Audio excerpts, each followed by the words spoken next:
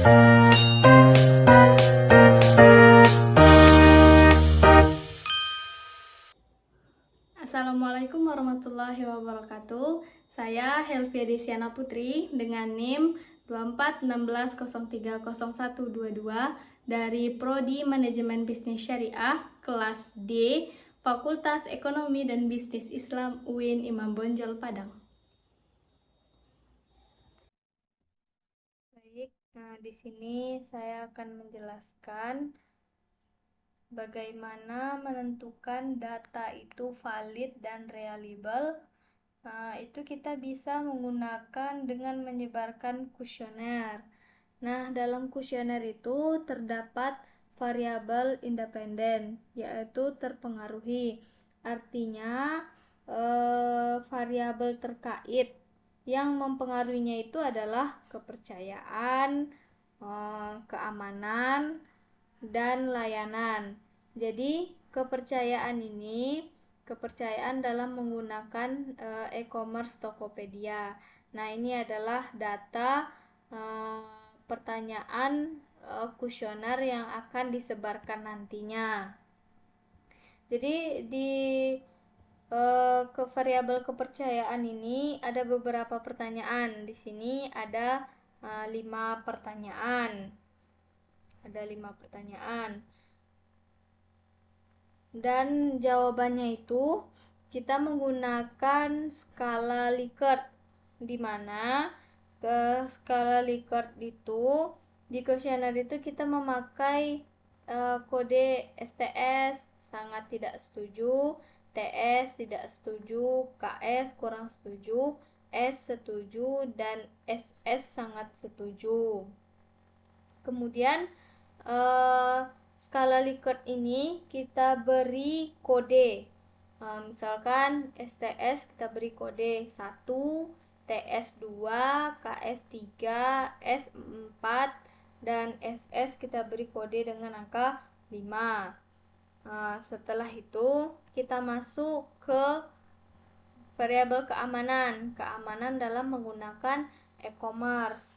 Jadi di sini juga ada 5 pertanyaan. Selanjutnya itu kualitas layanan dalam menggunakan e-commerce. Di sini juga begitu, ada 5 pertanyaan. Nah, selanjutnya setelah kita menyebarkan kuesioner ini, kemudian kita kumpulkan kuesioner ini. Nah, hasil dari kuesioner ini kita input ke dalam Excel. Nah, ini datanya setelah diinput ke dalam Excel. Nah, di sini ada variabel X1.1. Maksudnya di sini adalah variabel X1 dari variabel kepercayaan untuk pertanyaan nomor 1. X1.2 itu variabel kepercayaan untuk pertanyaan nomor 2. Jadi begitu seterusnya. Responden 1 menjawab pertanyaan nomor 1 dengan kode 3, yaitu kurang setuju tadi. Dan 3 untuk pertanyaan nomor 2 juga kurang setuju. 3 pertanyaan nomor 3 juga kurang setuju. Nah, pertanyaan nomor 5 ini dengan kode 4 berarti setuju. Begitu seterusnya. Keamanan dan layanan juga begitu. Jadi, uji coba ini yang mengisi kuesionernya itu sekurang-kurangnya 30 responden. 30 orang atau 30 respon. Jadi uji coba ini supaya melihat apakah pertanyaan yang kita buat ini orang paham atau tidak. Kalau tidak valid, maka wajib diganti. Makanya kita melakukan uji coba ini. Nah, sekarang kita buka IBM SPSS. Nah, setelah itu di mana kita akan menguji data validitas dari variabel kepercayaan. Buka Excelnya. Di sini kita akan mengcopy. Kita copy semuanya. Ctrl C. Lalu kita buka SPSS. Klik kanan. Klik paste with variable names. Nah, di sini kita sudah salin dari Excel ke SPSS. Setelah mendapatkan ini, kita klik Analyze, Correlate, Bivariate. Nah, di sini kita pindahkan semua variabel kecuali responden. Kita pindahkan ini ke dalam kolom variabel. Lalu klik person, klik to tiled, klik flag significant correlation. Klik OK.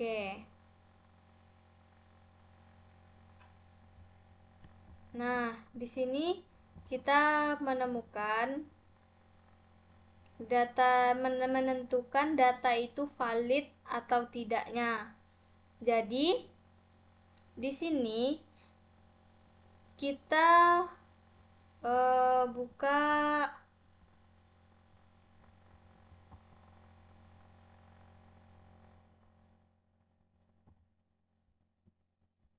Nah, ini kita asumsikan 5% dari 30 orang tadi, kita asumsikan 5% yang menjawab kuesioner itu asal-asalan. 5% itu berarti 0,05. Nah, tadi kan kita membuat ada 30 jumlah responden kita. Jadi 5% dari 30 berarti 1,5.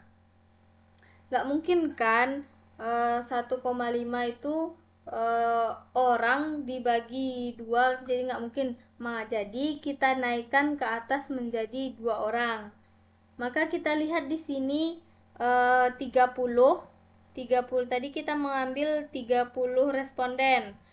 30 berarti 30 dikurang 2. Anggap 2 orang tadi yang menjawab kuesioner kita secara asal-asalan.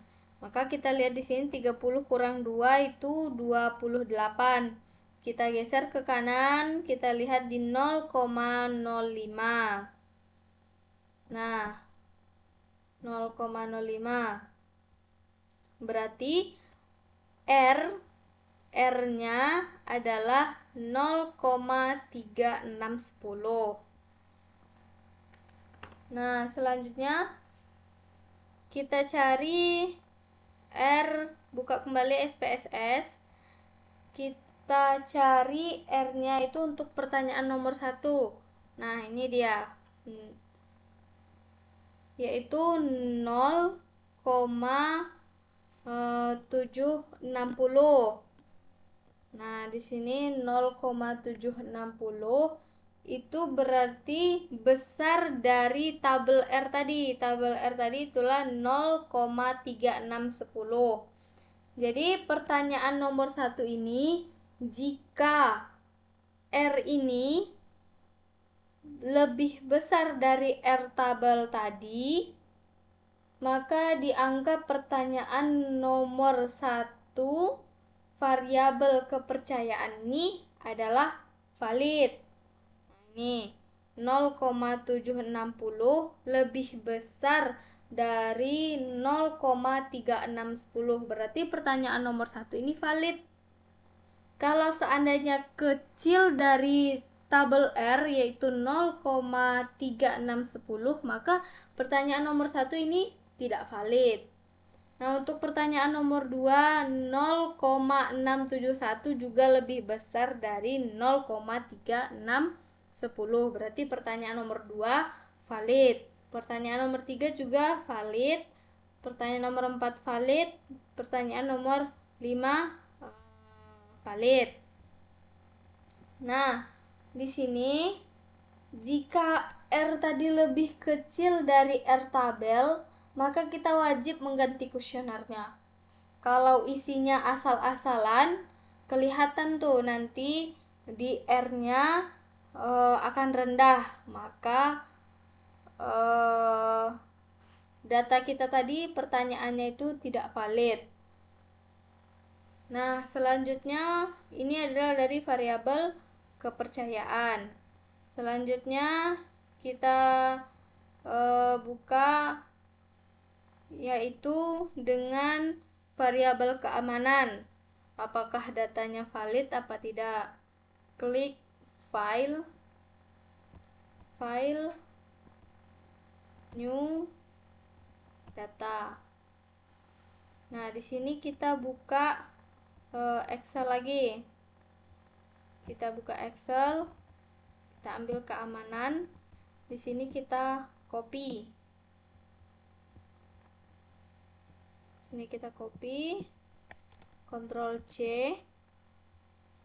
salin ke SPSS, klik kanan, paste with variable names.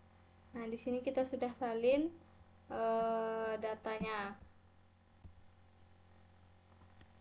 Lalu klik analyze, correlate, bivariate. Nah, di sini kita masukkan X2. X2 berarti dari variabel yang kedua itu variabel keamanan. Nah, di sini kita masukkan ke dalam variabel kecuali responden. Klik person, klik to toilet, klik flag significant correlation. Oke. Nah, di sini kita lihat dari variabel keamanan kita melihat datanya valid atau tidak. Nah, di sini untuk pertanyaan nomor 1 dari variabel keamanan berlebih besar dari 0,3610. Berarti pertanyaan nomor 1 R-nya adalah 0,842. Itu berarti lebih besar dari 0,3610. Berarti pertanyaan nomor 1 ini valid.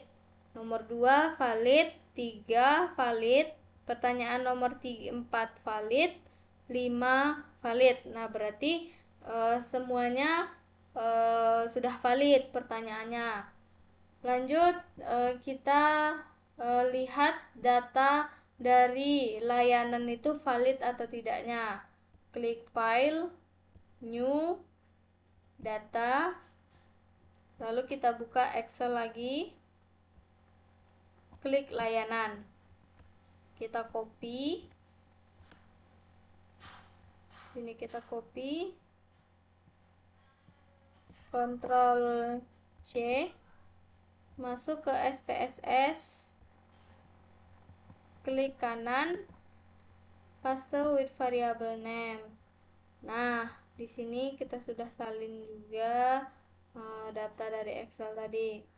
Klik analyze, correlate, bivariate. Nah, kita masukkan X3 ini berarti variabel ketiga yaitu layanan. Nah, kita masukkan ini ke dalam variabel. Klik person, klik to toilet, klik flag significant correlation. Oke. Nah, di sini kita lihat datanya valid, pertanyaan tadi valid atau tidak dari variabel layanan. Nah, di sini bisa kita lihat pertanyaan nomor 1 0,705 berarti lebih besar dari tabel R yaitu 0,3610. Berarti pertanyaan nomor 1 valid, yang kedua valid, ketiga valid, keempat valid, kelima valid. Nah, berarti pertanyaan untuk variabel layanan ini semuanya valid dari 5 pertanyaan tadi. Nah, selanjutnya itu kita menentukan data itu reliable. Klik file, new, data. Nah, kita buka lagi Excel. Nah, di sini kita akan menentukan data itu reliable atau enggaknya. Jadi, menentukan data reliable itu kuesioner itu walaupun diberi 1 kali, 2 kali, 3 kali, atau berkali-kali, jawabannya sama. Itu namanya reliable. Jawabannya itu konsisten terus. Itu namanya reliable. Nah, selanjutnya kita akan uji reliabilitas. Yaitu pertama kita dengan variabel kepercayaan. Kita copy, klik Ctrl C, kita buka SPSS tadi, klik kanan, paste with variable. Nah, sini kita sudah salin, klik analyze, scale, reliability analysis. Nah, masukkan variabel x1 x1.1 ini ke dalam item, kecuali responden dan total score. Nah, setelah dimasukkan, klik OK. Nah, di sini kita lihat reliability statistik. Nah, nilai R-nya itu adalah 0,769. Nah, di sini cara bacanya sama, 0,769. Kalau R-nya besar dari R tabel, berarti dia reliable. R tabelnya tadi adalah 0,3610. Nah, sedangkan variabel kepercayaan ini R-nya adalah 0,769. Berarti dia reliable dari variabel kepercayaan. Selanjutnya itu dari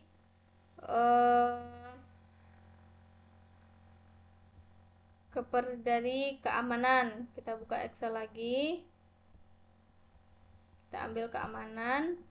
Nah, di sini kita copy lagi. Ini kita copy,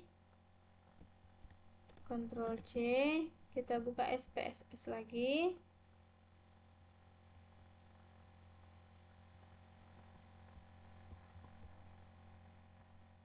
File,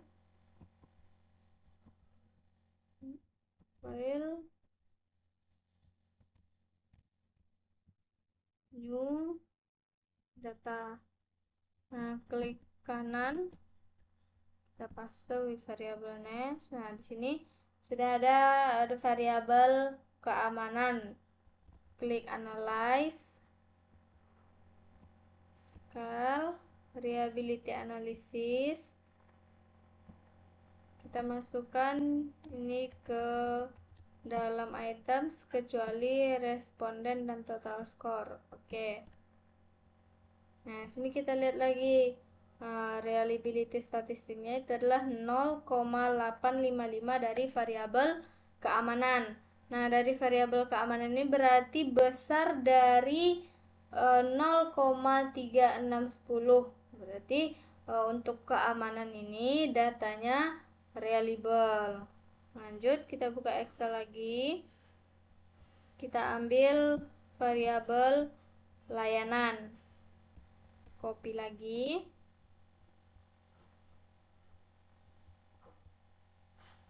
Ctrl C. Buka lagi SPSS. Di sini kita buka file, new, data. Kita klik kanan, paste with variable names. Nah, di sini kita sudah ada data variabel layanan. Kita akan menentukan dia reliable atau tidak. Klik analyze, scale, reliability analysis. Nah, kita masukkan ini ke dalam items. Klik OK. Nah, di sini kita menemukan lagi reliable-nya dari variabel layanan, yaitu 0,862. Artinya dia lebih besar dari 0,36 dari tabel R. Berarti variabel layanan ini dia reliable karena lebih besar dari tabel R tadi. Selanjutnya kita akan melihat hubungan jenis kelamin dengan pengeluaran. Maka diperlukan uji C-square. C-square. Nah, di sini kita buka di Excel C-square-nya. Di sini kita sudah ada datanya di Excel. Jadi caranya itu adalah kita sudah buka Excel data C-square. Nah, kita copy data ini. Kita copy data semuanya. Ctrl C. Kita masukkan ke SPSS. File, new data. Klik kanan. Paste with variable names. Nah, di sini sudah tersalin semua data yang ada di Excel tadi. Kita akan melihat hubungan jenis kelamin dengan pengeluaran.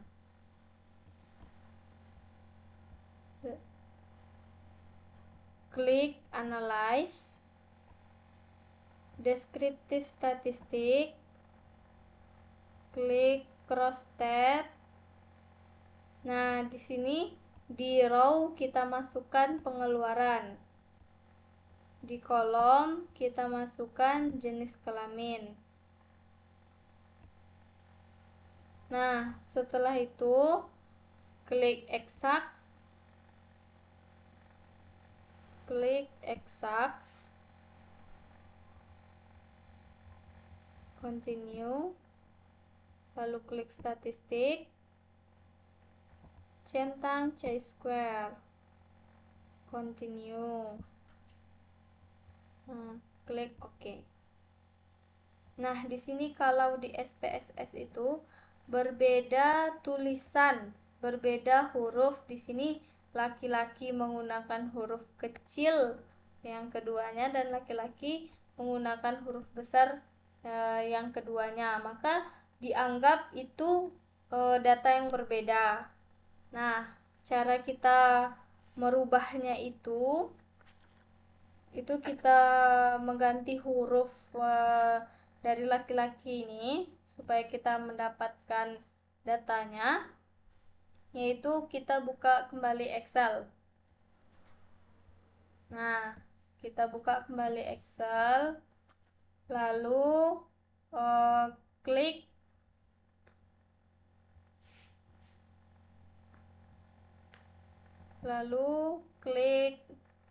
find, klik replace. Nah, di find what ini kita masukkan nih, kita copy laki-laki yang huruf besar kedua-duanya. Ctrl C. Kita copy. Nah, kita masukkan di find what. Lalu di replace with kita masukkan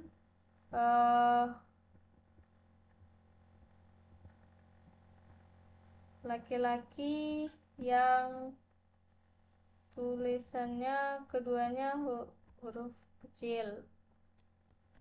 Ctrl C. Nah, kita masukkan ke sini.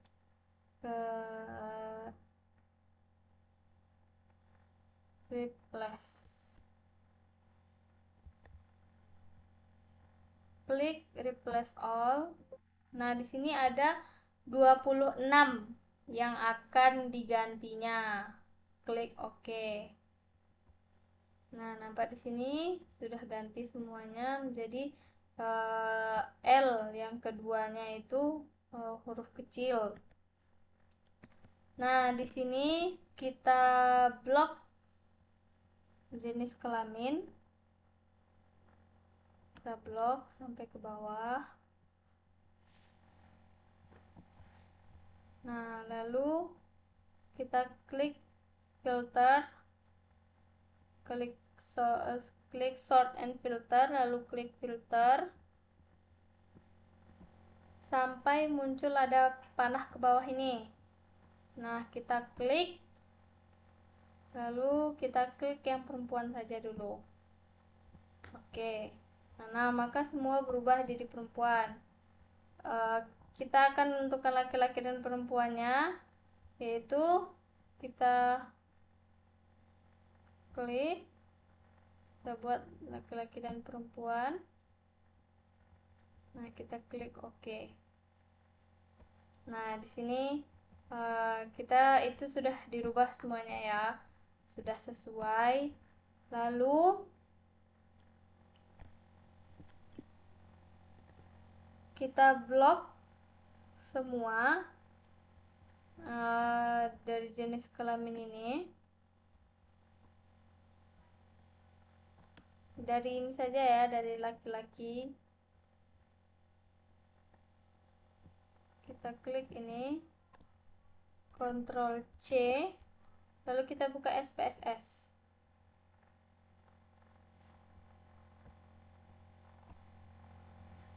Nah, di sini kita arahkan kursor ke laki-laki ini, nomor 1, klik kanan, paste. Nah, di sini sudah dirubah semuanya. Lalu kita ulang lagi. Kita mencari hubungan antara jenis kelamin dan pengeluaran. Klik analyze, descriptive statistik, cross tabs. Nah, di sini kita masukkan pengeluaran ke row. Di kolom itu kita masukkan jenis kelamin. Klik exact, checklist exact, continue. Lalu klik statistik, klik C-square, continue. Oke. Nah, di sini kita sudah menemukan datanya. Hubungan antara pengeluaran dan jenis kelamin. Nah, yang terkontrol laki-laki ada 4 orang, perempuan ada 9 orang. Yang tidak terkontrol itu laki-laki ada 22 orang dan perempuan ada 25 orang. Nah, di sini kita lihat C-square-nya. Nah, di sini kalau misal dari C-square test, kalau misalnya ada nilai expected ini, maka kita lihat ke Fish-Hurst exact test. Kita lihat ke sini. Kalau misalnya tidak ada nilai expected ini, maka kita lihat ke Pearson chi-square. Nah, di sini nilai expected-nya ada, maka kita lihat ke Fish-Hurst exact test. Nah, ini 0,358. Nah, di sini jika besar dari 0,05 berarti tidak ada hubungannya jenis kelamin dengan pengeluaran. Jika kecil dari 0,05